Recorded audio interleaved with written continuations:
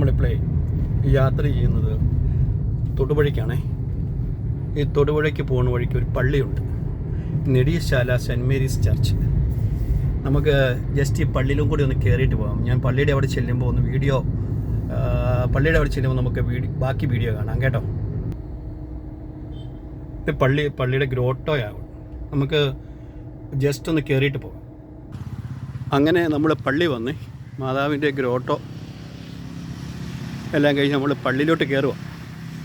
ഈ പള്ളിയിലോട്ട് കയറുമ്പോഴേ ഇവിടെ എഴുതി വെച്ചേക്കണം, മോളിൽ എഴുതി വെച്ചേക്കണം കണ്ടോ, മരിയൻ തീർത്ഥാടന കേന്ദ്രത്തിൻ്റെ മുകളിൽ നെടിയായിലമ്മേ പിടിയായി വരണേ. കണ്ടല്ലോ, അതിനൊരു ചരിത്രമുണ്ട് കേട്ടോ. പണ്ടേ നമ്മുടെ ഈ ക്രിസ്ത്യാനിയമ്മമാർക്ക് നല്ല അമ്മായിമ്മ പോലുള്ള കാലഘട്ടം. ആ സമയത്ത് നെടിശാലയിൽ ഒരു പെൺകൊച്ചിനെ കെട്ടിക്കൊണ്ട് വന്നു. അതിന് മുന്നേ ഈ ഒരു സംഭവം കൂടെ കണ്ടോ കേട്ടോ. നമുക്ക് ഈ മാതാവിൻ്റെ കയ്യിൽ നിന്ന് ഇച്ചിരി വെള്ളം മേടിച്ച് കുടിക്കാം. ഇതിങ്ങനെ കൈ ഇങ്ങനെ വെച്ചാൽ മതി. ഇത് കണ്ടോ, സോറി, ഞാൻ മാതാവിൻ്റെ കയ്യിൽ നിന്ന് വെള്ളം മേടിച്ച് കുടിക്കാമെന്ന് പറഞ്ഞിട്ട് വീഡിയോ നിങ്ങൾക്ക് കാണാൻ പറ്റില്ല, അതുകൊണ്ട് ഞാൻ ഒന്നും കൂടെ വീഡിയോ കാണിച്ച് പിടിക്കാവേ. ഇത് കൈ ഇങ്ങനെ കൈ വെച്ച് കഴിയുമ്പോൾ വെള്ളം വരും കണ്ടോ.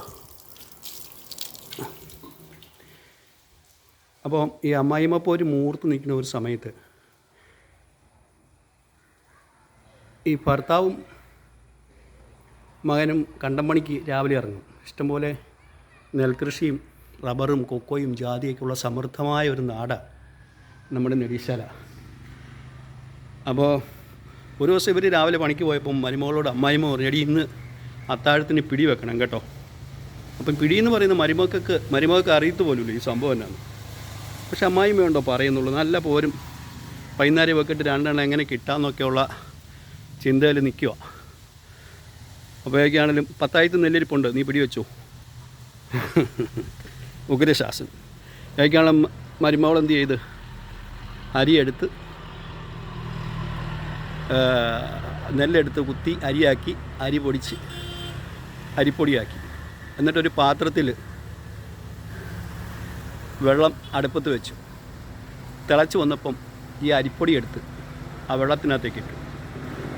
അമ്മായിയമ്മ ഇത് കണ്ട് ഒന്നും മിണ്ടിയില്ല, വളരെ സന്തോഷമായി. ഇന്ന് ഇവക്കിട്ട് കിട്ടാനുള്ള അടുത്ത പണി ഞാൻ കൊടുത്തേക്കാമെന്ന് വെച്ചിരിക്കുമ്പോഴാണ് മരുമോൾ മനസ്സിൽ പ്രാർത്ഥിക്കാൻ തുടങ്ങി. എന്താണ് ഈ എഴുതി വെച്ചേക്കണേ, എന്താണ്, നെടിയായിലമ്മേ പിടിയായി വരണേ എന്ന് പ്രാർത്ഥിക്കാൻ തുടങ്ങി. അങ്ങനെ പ്രാർത്ഥിച്ച് ഇളക്കി വാങ്ങി വെച്ചു. കെട്ടിയവനും മകനും വന്നപ്പം അമ്മായിമ്മ പറഞ്ഞു, അവർ കുളിയൊക്കെ കഴിഞ്ഞ് ഭക്ഷണം കഴിക്കാൻ വേണ്ടി ഇരുന്നപ്പോഴത്തേക്കും അമ്മായിമ്മ പറഞ്ഞ്, എടി ക്രിസ്ത്യാനികളുടെ ഇടയ്ക്ക് സന്ധ്യാപ്രാർത്ഥനയുണ്ട് കേട്ടോ. എന്നെ അമ്മായിമ്മപ്പരുണ്ടായാലും സന്ധ്യാപ്രാർത്ഥനയില്ല. അപ്പോൾ എടി നീ ഉണ്ടാക്കി വെച്ച് പിടിയും എടുത്തോളാൻ പറഞ്ഞു.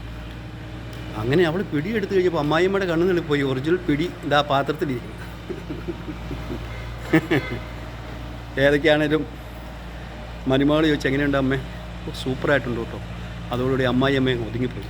പിറ്റേ ദിവസം ഇവളെന്ത് ചെയ്ത് ഈ പിടിക്കൂട്ട് കുറച്ചെടുത്ത് മാറ്റി വെച്ച് നെടിശാല പള്ളി കൊണ്ട് വിളമ്പി. എന്നിട്ട് അവളുടെ കൂട്ടുകാരിയോട് പറഞ്ഞു, എടി എനിക്ക് പിടി ഉണ്ടാക്കാൻ അറിയില്ലായിരുന്നു, ഇന്നലെ ഞാൻ നെടിയായിലമ്മ പിടിയായി വരണമെന്ന് പ്രാർത്ഥിച്ചുകൊണ്ട് ഉണ്ടാക്കിയ പിടിയാ. അതോടുകൂടി അമ്മായിയമ്മ ഒതുങ്ങി.